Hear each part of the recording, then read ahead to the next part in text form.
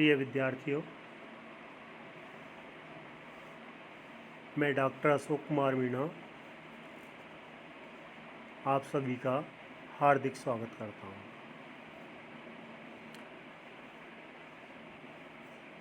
विगत व्याख्यान में हमने बीए पार्ट सेकंड के सेकंड प्रश्न पत्र के बारे में जानकारी ली, उसके पाठ्यक्रम के बारे में चर्चा की। उसी कड़ी में आज हम नाटक के उद्भव पर बात करेंगे। इस व्याख्यान में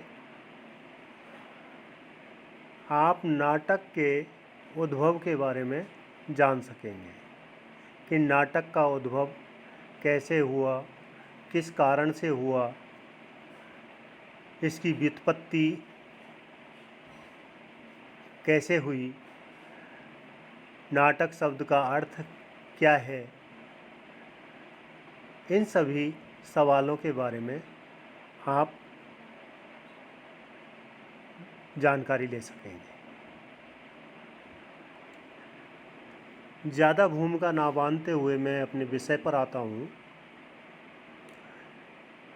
अपन देखते हैं कि साहित्य की अनेक विधाएं हैं। उन विधाओं में नाटक भी एक महत्वपूर्ण विधा माना जाता है। यह अन्य विधाओं से इसलिए अधिक महत्वपूर्ण है क्योंकि यह दृश्य और श्रव्य के साथ साथ पठनीय भी है और गांव से लेकर शहरों तक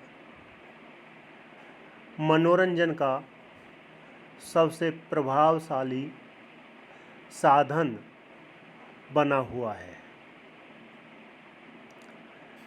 इस विधा ने रंगमंच तथा अभिनय के द्वारा पाठक के मन पर विराजमान रहने का बहुमान प्राप्त किया है।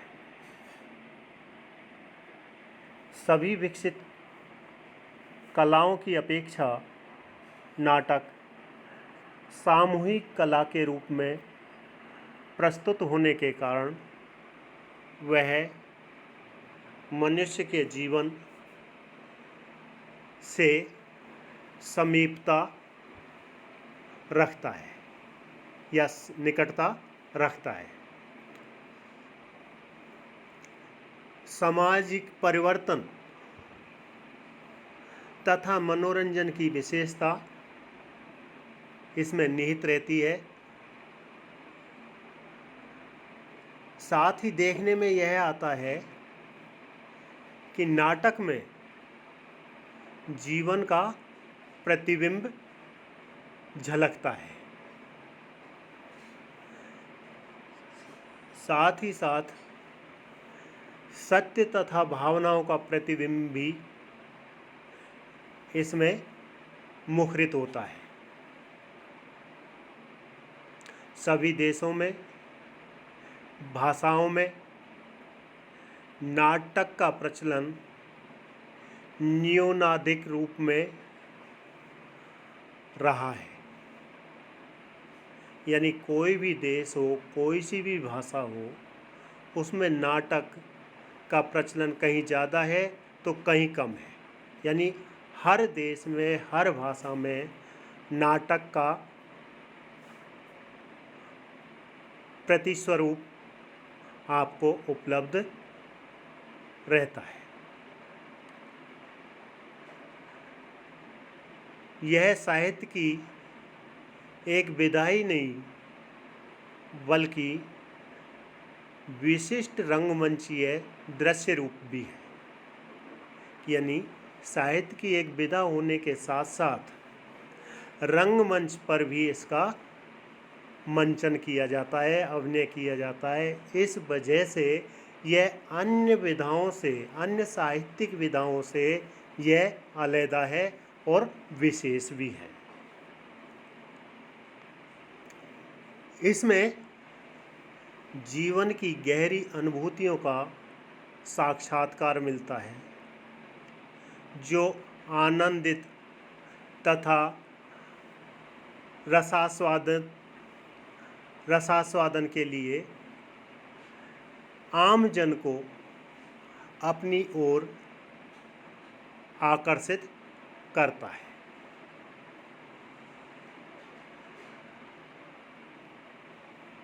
भरत मुनि ने नाटक को ऐसी विधा माना है जिसमें ज्ञान, शिल्प, विद्या, कला, कर्म, योग समाहित है।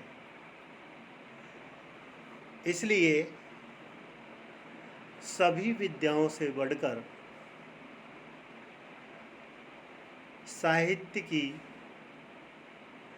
महत्वपूर्ण विधा नाटक को माना जाता है। अब हम नाटक शब्द का उद्भव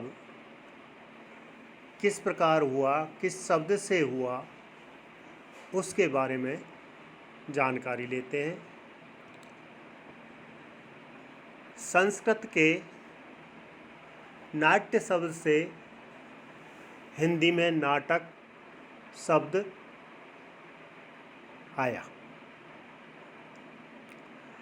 पाणिनि ने नाट्य की उत्पत्ति नट धातु से मानी है। पाणिनि जो वैयाकरण हैं, जिन्होंने अष्टाध्यायी नामक महत्वपूर्ण ग्रंथ लिखा है, उन्होंने नाट्य की उत्पत्ति नट धातु से मानी है, जिसका अर्थ सात्विक भावों का प्रदर्शन माना गया है। यानी सात्विक भावों का प्रदर्शन ही नट है, जिसे अंग्रेजी में ड्रामा नाम से भी जाना जाता है। अगली परिभाषा में हम रामचंद्र गुणचंद्र की ले सकते हैं, जिन्होंने नाटक शब्द की उत्पत्ति नट धातु से ही मानी है, जैसा कि पाणिनि ने माना है, जिसका अर्थ है इन्होंने नाचना, अभिनय करना, अनुकरण करना है। यानी नाचना, अभिनय करना, अनुकरण करना माना गया है। नाटक की उत्पत्ति के संदर्भ में एक रोचक कथन बताया जाता है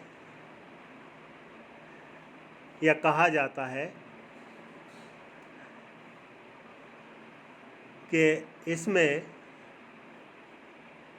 भरत मुनि, जिन्होंने एक नाट्य शास्त्र लिखा है, उनका कथन है,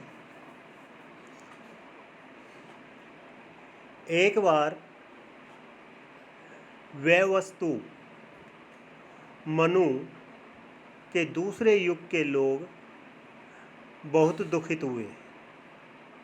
इस पर इंद्र तथा दूसरे देवताओं ने जाकर ब्रह्मा जी से प्रार्थना की कि हे ब्रह्मा जी, आप हमारे मनोविनोद का कोई ऐसा साधन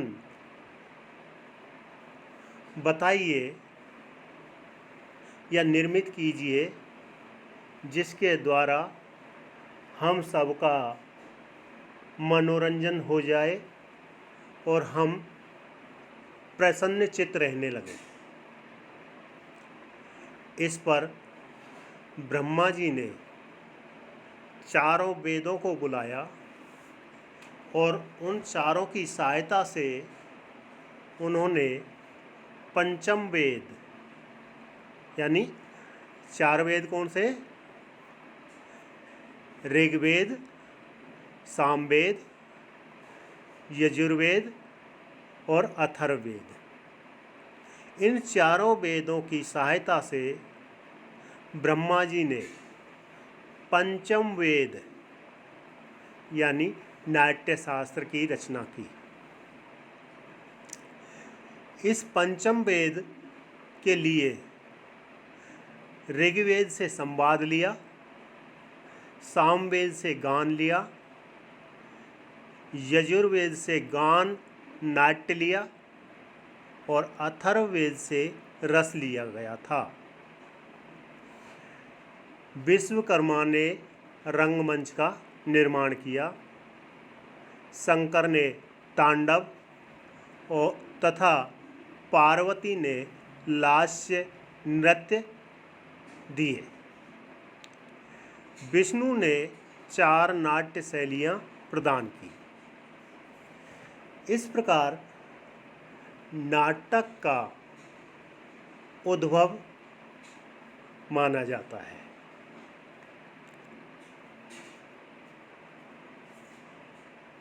उपरोक्त चर्चा से आप इतना तो समझ ही गए होंगे कि नाटक की परंपरा या प्रचलन अभी का ही नहीं है, यह वैदिक काल का है। और नाटक को पंचम वेद भी माना गया है। वह चारों वेदों के समान सम्मानीय भी है, क्योंकि इसका निर्माण 4 तत्वों से हुआ है: आख्यान, गान, अभिनय तथा रस आदि। कुछ विद्वान ऐसा भी मानते हैं कि नाटक की उत्पत्ति वैदिक काल से पूर्व की है। नाटक की उत्पत्ति के बारे में विद्वानों के अलग अलग मत प्रचलित रहे हैं। मानव जीवन के क्रियाकलाप के साथ ही अधिकतर विद्वान नाटक की उत्पत्ति मानते हैं। डॉक्टर रिजवे ने नाटक का उदय मृत वीरों की पूजा से माना है, यानी इन्होंने अपना मत मृत वीरों की पूजा से नाटक का उद्भव माना है। प्रारंभिक काल में मृत आत्माओं की प्रसन्नता के लिए गीत, नाटक आदि का आयोजन होता था। यानी अपन थोड़ा गौर करें तो आज भी अपन देखते हैं फिल्म में या नाटक में कि जो आदिवासी समाज है या जो सभ्य समाज है या ग्रामीण समाज है, वो अपने देवता को खुश करने के लिए नाचते हैं, गाते हैं और आह्लादित होते हैं। तो यहाँ रिजवे का कथन सार्थक प्रतीत होता है कि मृत वीरों की पूजा से उन्होंने नाटक का उदय माना है। मृत आत्माओं की प्रसन्नता के लिए गीत, नाटक आदि का आयोजन आज भी अपन देख सकते हैं, जिससे यह प्रथा प्रचलित होकर साहित्य में उतरी है। मृत वीरों की पूजा इसका कारण है और उसी का परिष्कृत रूप रामलीला, रासलीला आदि में देखा जा सकता है। जैसे सत्यवादी हरिश्चंद्र नाटक है, उसमें भी आप इसका रूप बखूबी देख सकते हैं।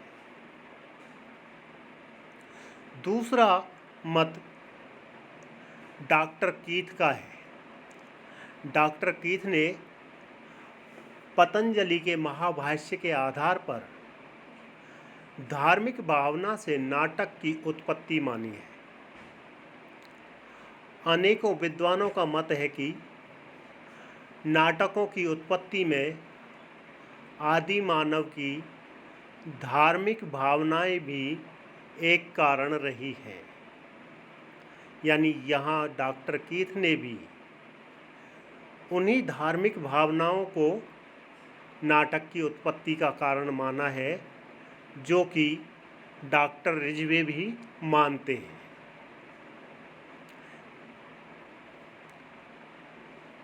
कुछ विद्वानों ने भारतीय नाट्य शास्त्र की उत्पत्ति धार्मिक क्रियाकलापों से न होकर वेद विरोधी प्रवृत्ति से मानी है। तो जर्मन विद्वान पेरोल ने पुतलिका नृत्य यानी कठपुतली नृत्य से नाटक की उत्पत्ति हुई है, ऐसा माना है। इस प्रकार नाटक को दैवी उत्पत्ति, धार्मिक प्रवृत्ति, छायानट, कठपुतलियों के खेल से नाटक का प्रारंभ माना जा सकता है या माना जा चुका है। निष्कर्ष रूप में नाटक की उत्पत्ति को सामाजिक, धार्मिक, वीर पूजा आदि कृत्यों से माना गया है। आज बस इतना ही। आप सभी का धन्यवाद।